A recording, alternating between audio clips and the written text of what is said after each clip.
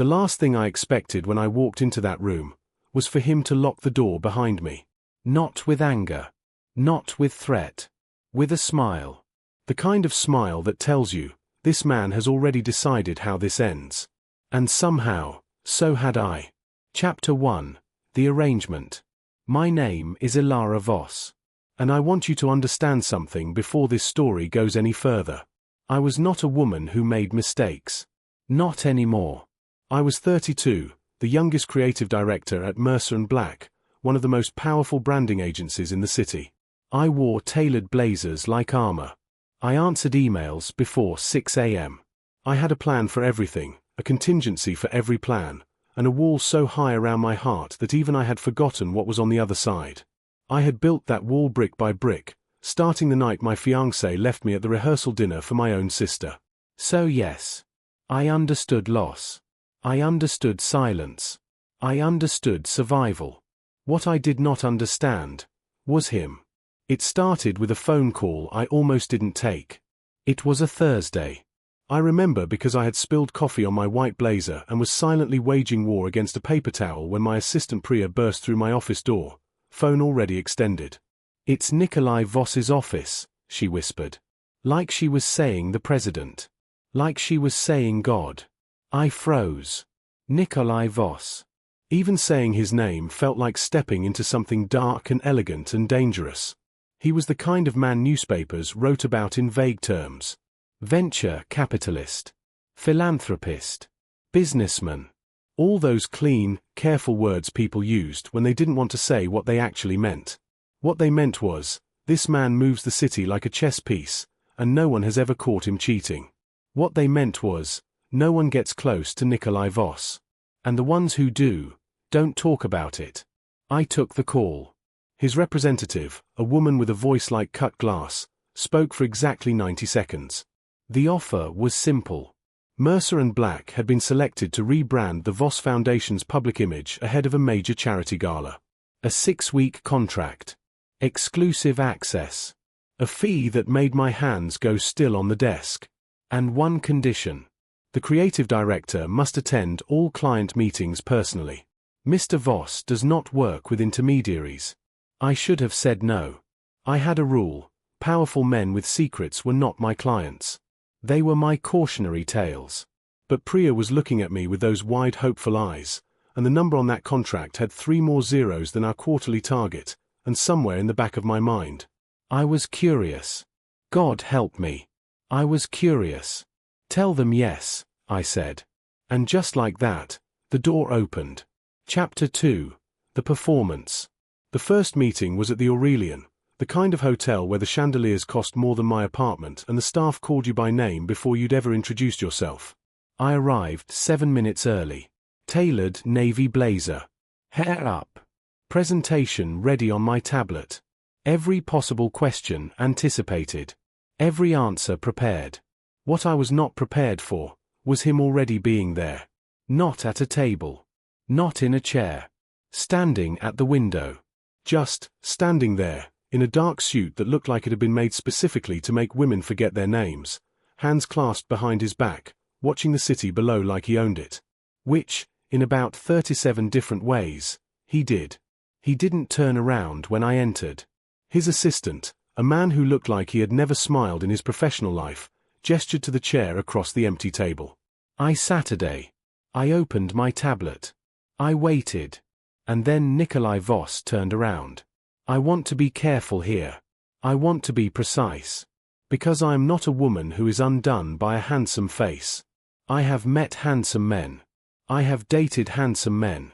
Handsome men have destroyed things in me that took years to rebuild. But this was different. He was tall, not aggressively, but enough that when he moved toward me, the room seemed to rearrange itself around him. Dark hair. Eyes the color of winter fog, gray and layered and still. A jaw that looked like it had been designed to hold difficult secrets.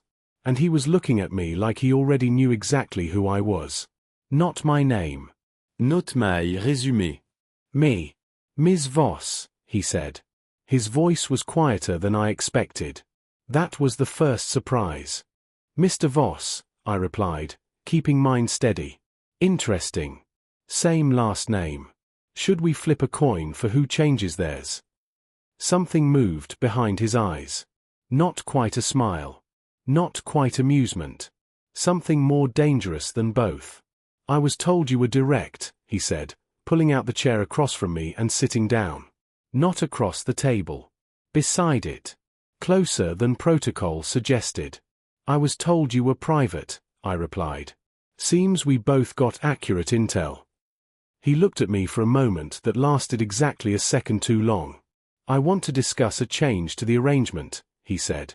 My pen stopped moving. He leaned forward slightly, just enough to make the air between us feel smaller, and said, in that quiet, deliberate voice, "The Foundation Gala is in 6 weeks. My investors, my board, and half the city's press will be there. In recent months, certain narratives have emerged about my personal life. Stories that threaten the Foundation's credibility and the causes it supports." A pause. I need those narratives countered. That's what the rebrand is for, I said carefully. The rebrand addresses the institution, he said. I need something that addresses me. I felt it then. The shift. The thing in the room that hadn't been named yet. What exactly are you proposing, Mr. Voss? He looked at me with those winterfog eyes and said, without any drama, without any performance, I need you to be my partner. Publicly. For 6 weeks. The room went very quiet. I should have laughed. I should have stood up, shaken his hand, said no thank you in my most professional voice, and walked out. Instead I heard myself say, "You wanna play?" And he smiled. Not the smooth, practiced smile I expected from a man like him. Something smaller.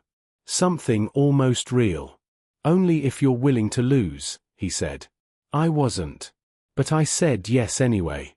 Chapter 3. The Secrets. The first rule of the arrangement. Appear believable. The second rule. No real emotions. I told myself those rules every morning for the first 2 weeks. I wrote them in my planner. I reminded myself of them every time his car arrived at my building, and it was always exactly on time, and every time he placed his hand at the small of my back in public with a casualness so practiced it almost felt real. Almost. We were good at the performance. Better than I expected. At the Foundation's pre-gala dinner, we sat beside each other and he leaned in to whisper something about the keynote speaker's terrible tie, and I laughed, genuinely laughed, and watched 3 photographers capture it from across the room. The next morning, we were on 2 entertainment blogs with captions like Voss finally thaws. Good. That was good. That was the point. But then there were the other moments. The ones that weren't for cameras. It happened first on a Wednesday, late in the 2nd week.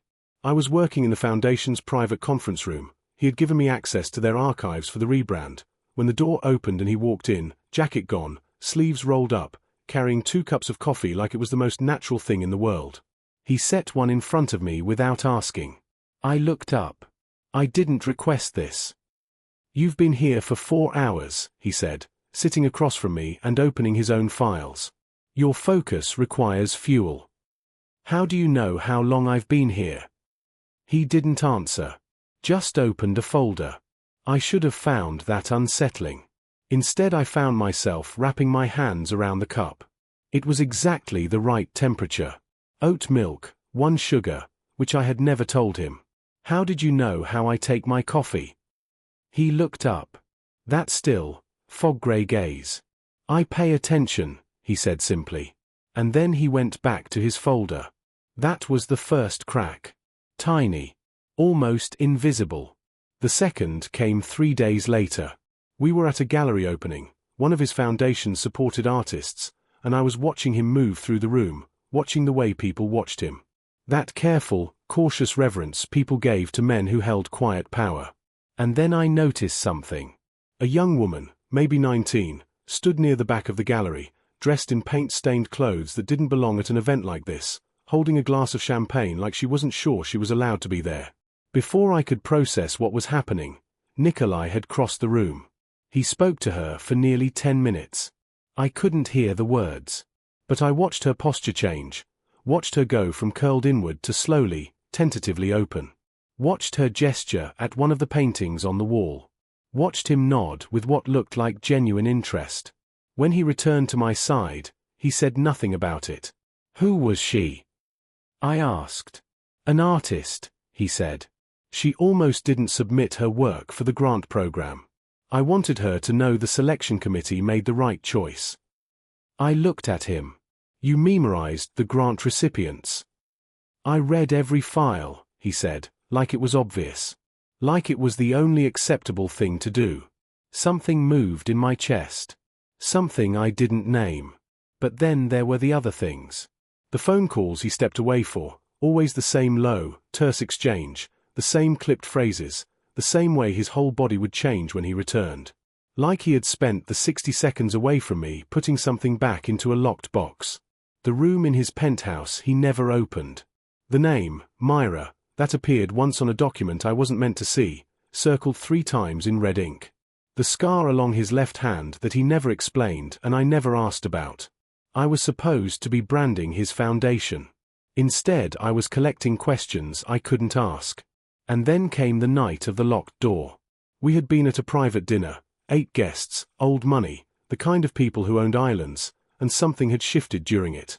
I didn't know what. But by the time the cars were called, Nikolai was quiet in a different way than usual. Not composed. Contained. Back at his penthouse, we had agreed I would review materials there before a morning meeting. He poured 2 glasses of something amber and set one in front of me without a word. I watched him. You're not going to tell me what happened, I said. Not a question. No, he said. Nikolai. It was the first time I had used his first name without thinking. I felt it happen. I think he did too, because he looked up. There are parts of my life, he said slowly, that I have kept separate. Not to deceive you, Ilara. But because if I let them into this room, he stopped. What? I asked quietly. He looked at me for a long moment. Then he walked to the door of the study. And he locked it. Not with threat. Not with force. Slowly. Deliberately. Like a decision. Because then, he said, turning back to face me, I would have to trust someone again. And the last time I did that, another stop. His jaw tightened. It cost someone their life. The room went completely still. I didn't move. I didn't breathe. He crossed the room and sat, not across from me, not at a professional distance, beside me, close enough that I could feel the warmth of him. And he looked at me with those grey eyes that held entire weather systems inside them and said, I'm going to tell you something true. And I need you to decide, right now, whether you're still playing, or whether something changed. Chapter 4. The Truth.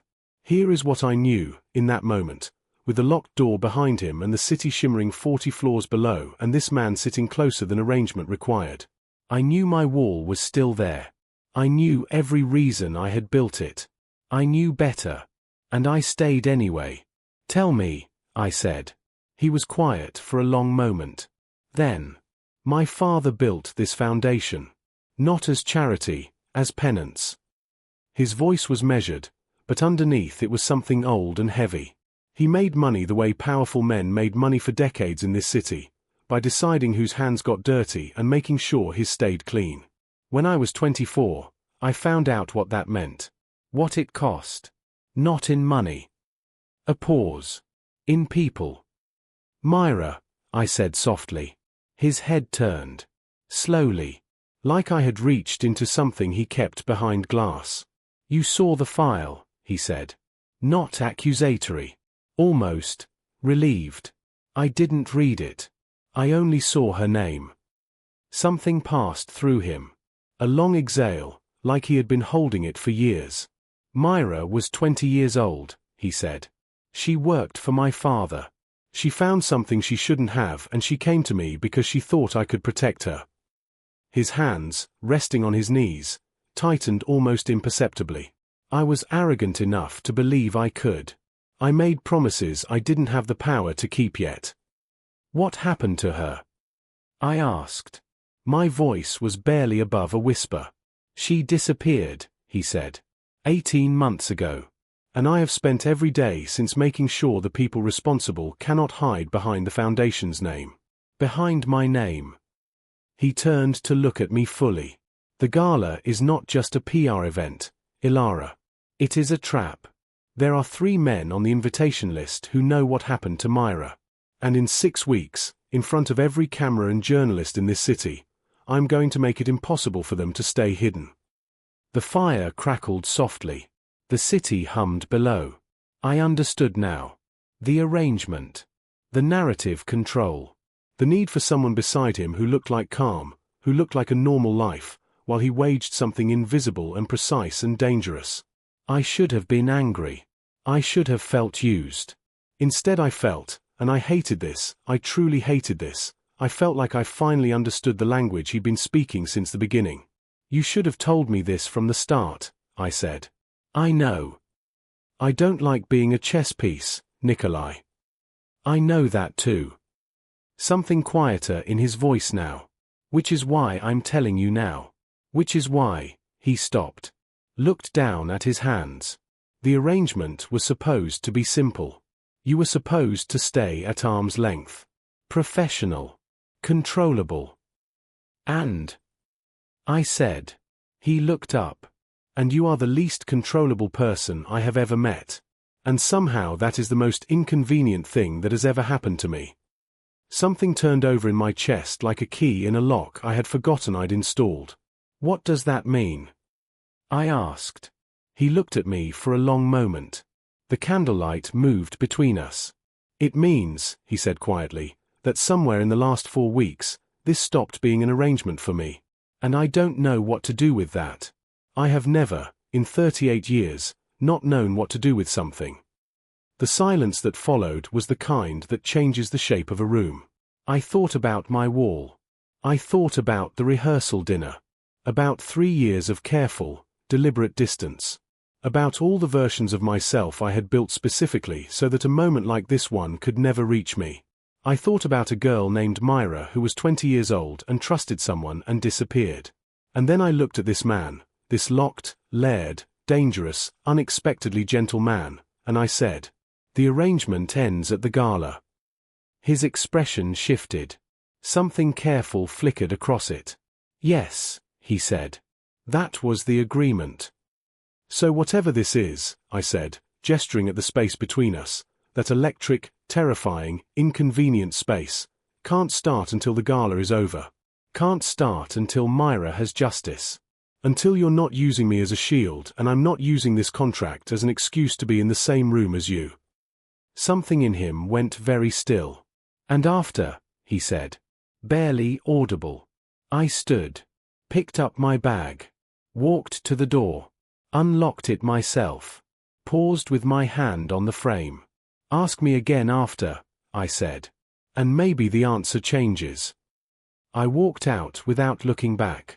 Because if I had looked back, I would have stayed. And I wasn't ready. Not yet. Footsteps fading. The soft click of a door. Silence. And then, a phone buzzing. A text message, unread. The camera holds on the locked study door. The one he never opened. Slowly, from beneath it, a thin line of light. 3 days later, Priya called me in a panic. Someone had leaked the arrangement to the press. Not the real one, the other one. Someone wanted me out of that gala. Someone wanted me away from Nikolai Voss. And they knew enough about me, about my past, about my sister, about the rehearsal dinner, to make it hurt. Someone had been watching us. Not the press. Not the investors. Someone inside. When I called Nikolai, he picked up on the first ring. His voice was different. Low. Controlled in the way things are controlled right before they break. Don't go to your apartment tonight, he said. Nikolai, what's happening? A silence that lasted exactly too long. They found out what I know about Myra. Which means they've been listening. Which means, he stopped. Which means what? I pressed. Which means this stopped being a game, Ilara. And I need to know. Another pause. Are you still in? I stood in the middle of my office, city sprawling below, heart doing something I had strictly forbidden it to do. And I closed my eyes. And I said,